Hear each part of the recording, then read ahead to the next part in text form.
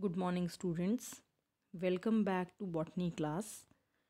सिलैजिनेला हम पढ़ रहे थे। पिछले वीडियो में हमने मेल गैमेटोफाइट का डेवलपमेंट पूरा अच्छे से देखा था। आज इस वीडियो में हम डेवलपमेंट ऑफ फीमेल गैमेटोफाइट सिलैजिनेला का देखेंगे कि वह किस प्रकार से होता है। सबसे पहले आपको पता है कि सिलैजिनेला जो है वह हेट्रोस्पोरस जेनरा है। हेट्रोस्पोरस से तात्पर्य है कि माइक्रोस्पोर और मेगास्पोर दो प्रकार के यहाँ पे स्पोर बनते हैं। माइक्रोस्पोर से मेल गैमेटोफाइट की हमने पिछले वीडियो में देखा था। आज हम यहाँ देखेंगे मेगास्पोर से किस प्रकार से फीमेल गैमेटोफाइट का निर्माण होता है। सबसे पहले हम देखेंगे कि मेगास्पोर जो है वह एक तरीके से इनिशियल स्ट्रक्चर है डेवलपमेंट ऑफ फीमेल गैमेटोफाइट के लिए। Development of female gametophyte megaspore से ही शुरू होता है और तभी शुरू हो जाता है जबकि मेगास्पोर मेगास्पोरेंजियम के अंदर होता है। मेगास्पोर का लिब्रेशन जब तब होता है जब उसमें मेगास्पोरेंजियम के अंदर जब मेगास्पोर है और उसमें आर्किगोनियम का फॉर्मेशन हो गया है, या फिर फर्टिलाइजेशन से थोड़ा सा बाद में। तो इस तरीके से वह लिब्रेशन करता है मेगास्पोर का। अब देखते हैं कि डेवलपमेंट के अंदर मेगास्पोर किस प्रकार से डिवीजन करता है और किस प्रकार से उसमें फीमेल गैमेटोफाइट का निर्माण होता है। तो सबसे पहले, जैसा कि पिछले वीडियो में मैंने आपको बताया था कि मेगास्पोर जो है उसमें 3 लेयर्स पाई जाती हैं: एक्सोस्पोर, मीजोस्पोर एंड एंडोस्पोर। तो सबसे पहले यहाँ पर एक्सोस्पोर जो आउटर लेयर है वह बहुत जल्दी से ग्रो करती है और मेगास्पोर से एक स्पेस बना लेती है, जो कि मेगास्पोर और मीजोस्पोर और एक्सोस्पोर के बीच में एक स्पेस बन जाता है। और जो ये स्ट्रक्चर है वो धीरे धीरे साइज़ में इंक्रीज़ होता जाता है, जिसके कारण कि एक वैक्यूल बन जाता है उन लेयर्स में।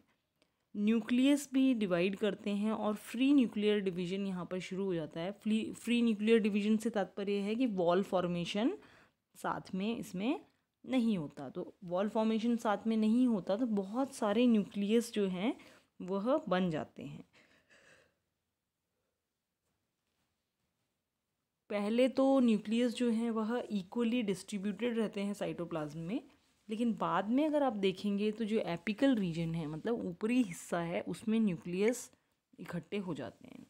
ये है स्टेजेस जो कि मैं आपको भी बता रही थी कि बीच में एक वैक्यूल फॉर्मेशन हो जाता है और जो आपका आउटर वॉल है वह बहुत फास्टली ग्रो करता है। और लास्ट वाले डायग्राम में आप इस चित्र में देखेंगे तो आप देखेंगे सेल्यूलर भी हो गया है, ये सेल्यूलर पार्ट भी आपको दिखाई दे रहा है। अब तक जो हमने समझा उसमें हमने देखा कि न्यूक्लियस, बहुत सारे न्यूक्लियर डिविजन्स आपको इसमें दिखाई दे रहे हैं, लेकिन ये न्यूक्लियर डिविजन्स में बाद में वॉल फॉर्मेशन होता है, जबकि बहुत सारे न्यूक्लियस एपिकल रीजन में चले जाते हैं। जब बहुत सारे न्यूक्लियस एपिकल रीजन में चले जाते हैं, वॉल फॉर्मेशन शुरू हो जाता है, तो ऊपर वाला हिस्सा जो है वह सेल्यूलर हो जाता है, मतलब उसमें वॉल फॉर्मेशन हो जाता है और उसको फीमेल प्रोथैलस के नाम से जाना जाता है। और जबकि जो लोअर हिस्सा है जिसमें कि सेल्यूलर रीजन नहीं है, जो उसको हम स्टोरेज रीजन के हिसाब से, या स्टोरेज रीजन वह कहलाता है। वॉल जो है लोअर सेल्स के अंदर थिक होती है और डायफ्राम बनाती है, और बाद में जाकर वैक्यूल जो आप देख रहे थे वह भी डिसअपियर हो जाता है, क्योंकि साइटोप्लाज्म बहुत सारा अमाउंट में बन जाता है। इस स्टेज में जो फीमेल गैमेटोफाइट है वह स्पोरेंजियम में से बाहर निकल जाता है, और जैसे ही वह गिरता है, जर्मिनेट हो जाता है, अगर उसको सूटेबल कंडीशंस मिलती हैं, एक्साइन और मीज़ाइन या एक्सोकार्प या मीज़ोकार्प जिसे हम कहते हैं, वह रप्चर हो जाती हैं, और जो सेल्यूलर अंदर से जो साइटोप्लाज्म है या सेल जो है वो बाहर की तरफ निकल जाता है, और उससे नए राइजोइड्स फॉर्म हो जाते हैं, जो कि फीमेल गैमेटोफाइट को फिक्स करते हैं, और जिससे कि वह आगे वाटर एब्जॉर्प्शन हो सके और आगे का डेवलपमेंट हो जाए। तो इस तरीके से फीमेल गैमेटोफाइट का फॉर्मेशन हमने देखा। ये फीमेल गैमेटोफाइट जो है मेगास्पोर से बन रहा है, और आपने इसमें देखा कि मेगास्पोर जो है इनिशियल स्टेज में सबसे पहले उसके अंदर एक्सोस्पोर जो है वो बढ़ती जाती है, मीजोस्पोर उतना तेज़ी से ग्रोथ नहीं कर पाती है, तो बीच में वैक्यूल डेवलप हो जाता है और बहुत सारे फ्री न्यूक्लियर डिवीजन शुरू हो जाते हैं। फ्री न्यूक्लियर डिवीजन होने के बाद बहुत सारे न्यूक्लियस एपिकल रीजन में चले जाते हैं। एपिकल रीजन के अंदर सेल वॉल फॉर्मेशन शुरू होता है, और ऊपर का जो सेलुलर पार्ट है वह फीमेल प्रोथैलस कहलाता है, और नीचे का जो लोअर पार्ट है वह स्टोरेज रीजन कहलाता है। इस कंडीशन के अंदर जब आपका मेगास्पोर होता है, तब धीरे धीरे आप देखेंगे वैक्यूल जो है वह डिसअपियर हो जाता है और बहुत सारा साइटोप्लाज्म इंक्रीज हो जाता है सेल्स में। इस कंडीशन के अंदर फीमेल गैमेटोफाइट कहलाता है ये, और इस कंडीशन में यह बाहर निकलता है और जर्मिनेट होता है। जर्मिनेट होने से यह राइजोइड्स बनाता है, राइजोइड बना के यह फिक्स हो जाता है। इस तरीके से आप देख सकते हैं ये मेगास्पोर में से फीमेल गैमेटोफाइट या मेगा गैमेटोफाइट जिसे लिखा गया है वह दिखाई दे रहा है, निकल रहा है, राइजोइड्स फॉर्म हो गए हैं और आर्किगोनियाज भी इसमें फॉर्म हो गए हैं, जो कि हम अब देखेंगे। तो अब किस प्रकार से इसमें आर्किगोनिया का फॉर्मेशन होता है इस फीमेल गैमेटोफाइट में, ये हमें देखना है। क्यों? क्योंकि अल्टीमेटली जब सेक्सुअल रिप्रोडक्शन होता है तो आर्किगोनिया में जो एग सेल हैं, आर्किगोनिया के एग सेल ही जो हैं आपके इनके साथ में एंथ्रोजॉइड जो फॉर्म हुआ था, मेल गैमेटोफाइट जो फॉर्म हुआ था, एंथ्रोजॉइड उसमें बना था, वह एंथ्रोजॉइड ही आर्किगोनिया के एग सेल के साथ फ्यूज़ होता है। तो सबसे पहले हमें आर्किगोनिया का डेवलपमेंट पढ़ना पड़ेगा, उसमें किस प्रकार से एग सेल फॉर्म होते हैं यह देखना पड़ेगा। तो हम देखते हैं इसमें डेवलपमेंट ऑफ आर्किगोनिया कैसे होता है। तो कुछ सेल्स जो हैं फीमेल प्रोथैलस के ऊपरी हिस्से में जो सेल्स हैं वह बिहेव करते हैं as archegonial initial. Archegonial initial जो है उसमें ट्रांसवर्स डिवीजन होता है और वह दो सेल बनाता है, upper primary cover cell and lower central cell. Upper primary cover cell जो है उसमें वापस से दो डिवीजन होंगे जो कि right angle to each other होंगे, और उस right angle to each other होने से 4 सेल बनेंगे। आप जैसे अगर कोई भी सेल बनाते हैं, सबसे पहले हमने बोला कि ये सेल है, इसमें ट्रांसवर्स डिवीजन हुआ, ट्रांसवर्स डिवीजन से ये अपर कवर सेल बन गया और लोअर सेंट्रल सेल बन गया। अपर कवर सेल के अंदर 2 वर्टिकल डिवीजन हुए, 2 वर्टिकल डिवीजन होने से 4 सेल बन गए। 4 सेल जो बन गए हैं वह नेक सेल बनाएंगे, और ये नेक सेल आप कह सकते हैं 2 टीयर्स में है, ये 1 टीयर, ये 2 टीयर, और हर एक टीयर के अंदर 4 सेल हो जाएंगे। क्यों? क्योंकि यहाँ पर वापस से ट्रांसवर्स डिवीजन होगा। ट्रांसवर्स डिवीजन होगा तो आप देखेंगे कि जो 2 सेल हैं वो 4 सेल बन जाएंगे, नीचे वाले भी 2 सेल 4 सेल बन जाएंगे, तो हर एक टीयर के अंदर 4 सेल बन जाएंगे।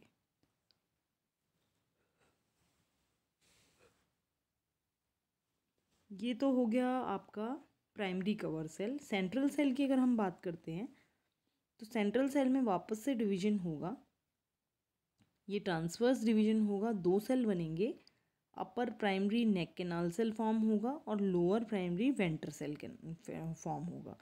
जो प्राइमरी नेक कैनाल सेल था वह सिंगल नेक कैनाल सेल देगा, जबकि जो वेंटर सेल था वो वेंट्रल ट्रांसवर्स डिवीजन होने के कारण उसमें वेंट्रल कैनाल सेल और एग सेल फॉर्म हो जाएगा। हम चित्र में पहले इसको देखते हैं, उसके बाद आपको मैच्योर आर्किगोनिया का स्ट्रक्चर बताएंगे। ये देखिए आर्किगोनियल इनिशियल फॉर्म हुआ, उसके बाद प्राइमरी कवर सेल फॉर्म हुआ और सेंट्रल सेल फॉर्म हुआ। प्राइमरी कवर सेल जो है उसको नेक इनिशियल्स भी कह सकते हैं हम, सेंट्रल सेल एज सच देख रहे हो आप। फिर आप देखिए प्राइमरी नेक कैनाल सेल और वेंट्रल सेल, ये ऊपर तो जो है आपका नेक इनिशियल से ही कवर सेल वगैरह फॉर्म हो रहे हैं, नीचे जो सेंट्रल सेल था इसमें ट्रांसवर्स डिवीजन होने से 2 सेल बने। ऊपर वाला सेल कहलाएगा प्राइमरी नेक कैनाल सेल नीचे वाला सेल कहलाएगा प्राइमरी वेंट्रल सेल। नेक इनिशियल से नेक बन जाएगा, ये नेक सेल्स आप देख रहे हैं। और अंदर जो है वेंट्रल सेल जो है उससे नेक प्राइमरी नेक कैनाल सेल से तो ये नेक कैनाल सेल बन गया, और वेंट्रल सेल से वेंट्रल कैनाल सेल बन गया और एग सेल बन गया। तो अगर आप जी वाला चित्र देखेंगे तो जी में आप देखेंगे नेक सेल्स आपको यहाँ पे दिखाई दे रहे हैं, नेक सेल्स। फिर आपको नेक कैनाल सेल दिखाई दे रहा है, फिर आपको वेंट्रल कैनाल सेल दिखाई दे रहा है, और ये एग सेल दिखाई दे रहा है। तो मैच्योर आर्किगोनिया अगर आप देखते हैं तो ये स्ट्रक्चर आपको दिखाई देगा उसमें। और अगर एच देखते हैं, एच पार्ट ये क्या है, mature prothallus showing various stages in the development of archegonia. इसमें आप आर्किगोनिया, यंग आर्किगोनिया दिख रहे हो या मैच्योर आर्किगोनिया दिख रहे हो, बहुत सारे आर्किगोनियाज का डेवलपमेंट एक साथ यहाँ पर देखा जा सकता है। तो इस तरीके से आर्किगोनिया जो है वह डेवलप होता है। अगर हम मैच्योर आर्किगोनियम की बात करते हैं तो मैच्योर आर्किगोनियम का शेप जो है वो फ्लास्क शेप्ड स्ट्रक्चर होता है, जिसमें कि फीमेल गैमेटोफाइट जो स्ट्रक्चर एम्बेडेड है, ये फीमेल गैमेटोफाइट टिश्यू के अंदर एम्बेडेड है आर्किगोनिया। ऊपर का जो हिस्सा है, सिर्फ नेक पार्ट जो है वो प्रोजेक्टेड आउट है, मतलब बाहर की तरफ निकला हुआ है। अंदर बाकी वेंटर पार्ट पूरा धंसा हुआ होता है फीमेल गैमेटोफाइट में।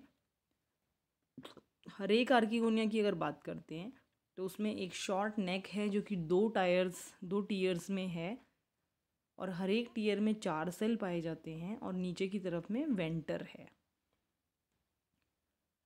अपर जो 4 सेल्स हैं अपर टीयर के, वो फंक्शन करते हैं नेक के जो सेल्स हैं वो फंक्शन करते हैं कवर सेल्स की तरह। अंदर उसके एक नेक कैनाल सेल है और वेंटर है। वेंटर के अंदर वेंटर कैनाल सेल है एक, और एग सेल है। मैच्योरिटी के टाइम नेक कैनाल सेल और वेंट्रल कैनाल सेल डिसऑर्गेनाइज हो जाते हैं और खूब सारा पानी एब्जॉर्ब करते हैं, जिससे कि प्रेशर क्रिएट होता है और कवर सेल दूर हो जाते हैं, ताकि एंथ्रोजॉइड्स जो हैं वह आर्किगोनिया में एंटर कर सकें और एग सेल तक पहुंच सके और फर्टिलाइजेशन का प्रोसेस हो पाए। तो इस तरीके से इस वीडियो में हमने फीमेल गैमेटोफाइट के बारे में पढ़ा, और फीमेल गैमेटोफाइट के बाद में हमने आर्किगोनिया जो है वह किस प्रकार से फीमेल गैमेटोफाइट में डेवलप होता है, ये चीज़ भी हमने यहाँ पर देखी है। नेक्स्ट वीडियो जो है उसमें हम फर्टिलाइजेशन कैसे होगा, एम्ब्रियो डेवलपमेंट कैसे होगा, और सिलेजिनिला की लाइफ साइकिल के बारे में आपको बताएंगे। आशा करती हूँ कि आपको ये समझ में आ गया होगा। आप बुक से भी इसको पढ़िए। जिन भी बच्चों ने अभी भी चैनल को सब्सक्राइब नहीं करा है वो प्लीज़ सब्सक्राइब कर लें, ताकि वह हमारे सारे वीडियोस देख सकें, उनसे लाभान्वित हो सकें। धन्यवाद।